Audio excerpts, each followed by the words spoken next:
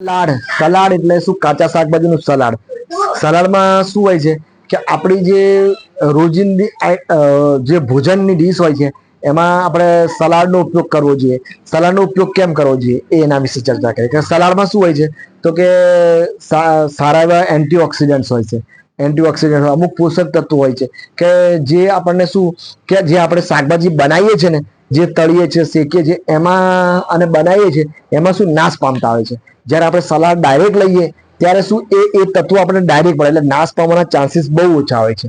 એમાં પૂરેપૂરા આપણને અમુક પોષક તત્વો મળે, વિટામિન્સ મળે, એટલે જે જરૂરી શરીરને એ આપણને ડાયરેક્ટ મળી શકે છે. તો જે લોકો બીપી થી પીડાતા હોય, જે લોકો ડાયાબિટીસ થી પીડાતા હોય, જે લોકો અમુક અમુક ઉંમર પછી જેમને કેન્સરના ભય હોય, ફેમિલી હિસ્ટ્રીમાં કેન્સર હોય, કાં તો પછી આપણને એવું લાગે કે આમ તો ખરેખર 40 પછી તો ઉંમર આપણી 40 થઈ જાય પછી આપણી ડીશમાં સલાડ અને ફ્રૂટ્સ ના હોય એવું બનવું જ ના જોઈએ. કેમ કે હોવું જ જોઈએ. આમાં ફાઈબર સલાડમાં ને એમાં શું હોય, ફાઈબર વધારે હોય, પાચન વધારે, અમુક પોષક તત્વો વધારે, અમુક એન્ટીઓક્સિડન્ટ હોય. એટલે કે એન્ટીઓક્સિડન્ટ એટલે શું હોય છે કે જે તમારા જે અમુક મેન મેન અંગો હોય, એન્ટીઓક્સિડન્ટ એટલે મેન મેન અંગો જે કિડની, બ્રેન, જેટલા અંગો છે બધા નામ બધા કેટલા કહેવાના, જે લીવર છે એ બધા જ ગણાય, સ્પ્લીન છે. એટલે એ અંગોમાં શું હોય છે અમુક ઉંમર પછી અમુક જે બહારની જે આપણી ખરાબ કુટેવો હોય કે જે આપણા ખરાબ અમુક વ્યસન હોય એના લીધે શરીરમાં જે કચરો ગયો હોય, કાં તો વાર્તાઓને લીધે ગયો, કાં તો પછી અમુક એ અંગ કોઈ બી કારણસર એ અંગોમાં કામ કરવાની ક્ષમતા ઘટી જતી હોય તો એમાં શું છે કે બીજા કોઈ ખરાબ સેલ વિકસતા હોય. ખરાબ સેલ ગ્રોથ કે આપણે કેન્સરની ગ્રોથ હોય, કાં તો એ અંગમાં કોઈ સોજો આવવાનો હોય, કાં તો એ અંગ બગડવાનું હોય. તો એ બગાડવા જે રોકવા માટે અમુક ઉંમર પછી તો બગડવાનું જ છે, પણ જે અમુક બચાવવા માટે જે આપણે એન્ટીઓક્સિડન્ટની જરૂર પડતી હોય છે એ આપણને આ કાચા સલાડ, ફળ એમાંથી વધારે મળી રહેશે. એટલે આપણી ડીશમાં આ એન્ટીઓક્સિડન્ટ મળી રહે અને શું કહેવાય, જે અમુક આવી ગ્રોથ રોકવા માટે લેવી જરૂરી છે. ફ્રૂટ્સમાં બી મળે. હવે બીજો આનો ઉપયોગ છે કેલરી. કેલરી શું છે, સલાડમાં કેલરી બહુ ઓછી હોય છે. કોઈ બી તમે ગાજર, મૂળા, ટામેટા, કાકડી ગમે તેની સલાડ એક ડીશ ભરો તો એમાં માંડ 20 કેલરી હોય છે.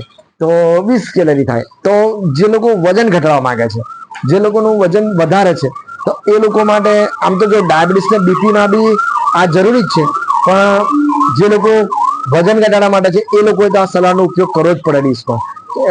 કઈ રીતે? તો કે જે લોકો વજન ઘટાડવા માંગે છે એમને આમ તો આપણી દૈનિક જરૂરિયાત દિવસની 1500 થી 1700 કેલરીની હોય છે. હવે તમે 1500 થી 1700 કેલરી લો તો તમારું વજન ઇનવેજ રહે. 2000-3000 પણ આપણી જરૂરિયાત પ્રમાણે આપણે 2500 થી આસપાસ જ થતી હોય આપણી. તમે અંદાજિત મારો તો અંદાજ મારો. હવે જે લોકો 2500, 2000-3000 કેલરી લેતા હોય એમનું વજન વધતું જાય. જે લોકો 1000 કેલરીની આસપાસ આવે તો એમનું વજન ઘટે.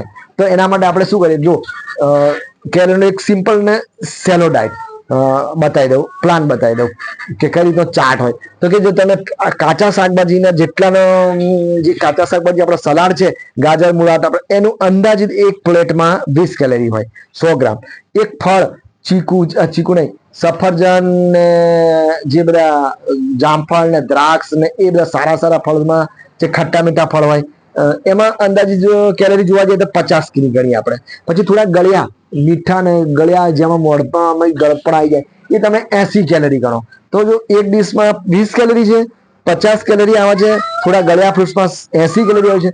પછી આપણી શાકભાજી, જો શાકભાજીમાં કેલરી ઓછી હોય છે, જે આપણે ભીંડા, કારેલા એમાં બધી કેલરી ઓછી હોય છે. પણ એ કેલરી 100 કેમ થાય છે? તો કે આપણે જ્યારે બનાવીએ છીએ ત્યારે તેલ નાખીએ, મસાલા નાખીએ. હવે તેલ તો એક ચમચી તેલમાં 50 કેલરી ગણો. તો એ રીતે જોવા જઈએ તો આપણી કેલરી વધી જાય છે. તો એ રીતે આપણે શું કરીએ છીએ કે જ્યારે શાક બનાવીએ છીએ ત્યારે 100 કેલરી, એ જ રીતે દાળ, ભાત ને રોટલીમાં બધામાં 100 કેલરી. તો જેને 1000 કેલરીમાં ડાયટ જવું હોય તો એને એક ટાઈમ જ ખાવું પડે તો જ એની કેલરી સચવાય. ડાયટ 1000 કેલરી ને તો ગમે તે કરો, 2 ટાઈમ ખાઓ તો કોઈ બી સમજો તો તમે 1000 ની આસપાસ ચાલો. આ સિમ્પલ એક રોટલી, એક દાળ ભાત ખાઓ તમે તો 400-500 કેલરી. સાંજે 400-500, એક રોટલી, એક દાળ ભાત. પછી ડબલ કરો તો કેટલું થઈ જાય? તો જે લોકો વજન ઘટાડવા માંગે છે એ લોકો માટે આ કેલરી ખાસ જરૂરી છે. રોટલીમાં તમે 1 ચમચી તેલ નાખી દો, તેલ એટલે 50 કેલરી, 100 કેલરી રોટલી, 1 તેલ નાખું 50 કેલરી એડ થઈ. બીજી જો ઘી ચમચી નાખો તો 1 કેલરી. તો એનો અર્થ કે તમે ગળપણ છોડવું પડે. જેને વજન ઘટાડવું છે એને ગળપણ છોડવું પડે. જેટલી આગળ જતા તમે જેટલી મીઠી આઈટમો લો, એક ક્રીમ વાળો બિસ્કિટ 50 કેલરીનો ગણો, અને એક મીઠાઈની કોઈ પેંડા 200 થી 300 કેલરી, પછી જે ચાસણીમાંથી બનાવીએ તો 300-400 કેલરી, એક ગુલાબ જાંબુ આ બધા 300 થી 400 હાઈ કેલરી ડાયટ. તો પછી જે લોકો વજન ઘટાડવા માંગે છે એ લોકો માટે આ બધું ઉપર તળેલું સમોસા કચોરી તળેલું તેલમાં હાઈ કેલરી છે, તો એ લોકો બી છોડવું જ પડે. કહેવાનો છે કે જો દૂધ, 1 ગ્લાસ દૂધમાં 50 કેલરી, છાશમાં થોડી ઓછી હોય, દહીંમાં 60-70 કેલરી ગણો. દૂધના જે માવામાંથી જે આઈટમો બને છે ને એ બધી 200, 200, 250, 280. એટલે જ્યાં સુધી તમે વજન ઘટાડવા માંગો છો ત્યાં સુધી તમે આગળ જુઓ, આગળ આ કેલરી પર ના જુઓ ત્યાં સુધી વજન નથી ઘટવાનું. તો જે લોકોએ વજન ઘટાડવું છે, જે લોકો મોટા રોગોથી પીડાય છે, એ લોકોએ બી આ સલાડનો ઉપયોગ કરવો જ પડે. સારું, ત્યારે બીજા વિડીયોમાં જોઈશું.